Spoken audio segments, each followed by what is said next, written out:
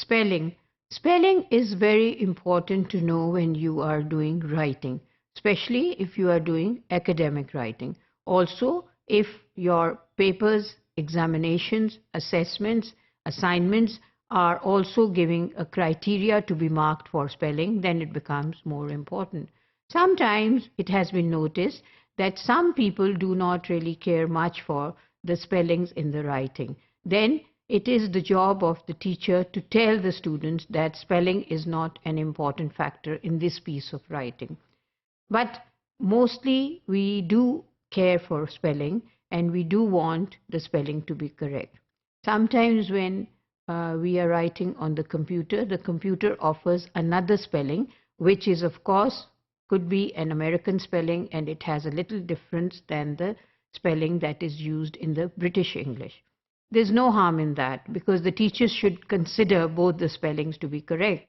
Because if they are higher level students or secondary school students and they are using the spelling which is on the computer, and if they are especially sending their assignments online, then they might have a spelling which is different to the British English spelling. It could be an American spelling which comes very often to be corrected on the screen. So the teachers should be aware of both the spellings in that case, and there is no harm to consult a dictionary if the teacher is confused. There is no harm in asking a colleague or anybody around who can verify whether the spelling is correct or not. And it is also essential for the teacher to inform the students that both these spellings would be accepted. Sometimes while writing a text or writing anything, for example, an email or a letter or an essay, there are so many spelling mistakes done by the student that the whole paper becomes red of that, and it loses the content that it actually is meant for. So that seems to be very unfair sometimes, especially when the teachers are marking an examination paper, which is actually going to decide the future of the student. So it becomes very important in that respect, and sometimes I think it is quite unfair because there are so many spelling mistakes on the paper that the student loses all the marks. Although he may have the thinking skills and he may be able to write a good piece of writing if he was given help in the spellings. So basically, I have a suggestion here for the marking criteria.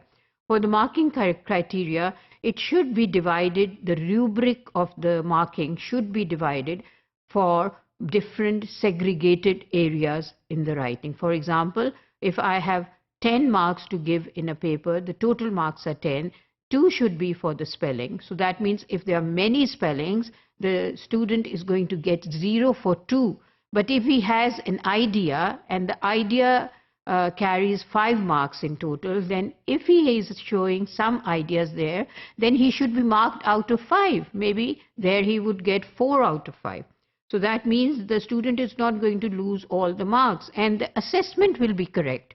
Because basically, if you are giving the student 0 out of 10, because there are so many mistakes, because you have not designated that if he is having 10 or 20 spelling mistakes, you are going to mark him out of 2 only. You are not going to mark him out of 10. And then if he has some ideas and you are marking him out of 5 and you give him 4 out of 5 or 5 out of 5, then you are assessing him in a correct manner, because you are telling that this student has ability to think, he has ability to write creatively, but he lacks his spelling expertise and therefore he is losing marks there. So this sort of judgment is helpful for the student. This feedback is helpful for the student. So usually I notice as an examiner that the teachers, they do not look at the content because they find that there are so many spelling mistakes. There's no point of looking at the content. Spelling is very important and it should be mentioned in the rubric. How many marks does it carry? What is the weightage of it? But the content should be looked at as well.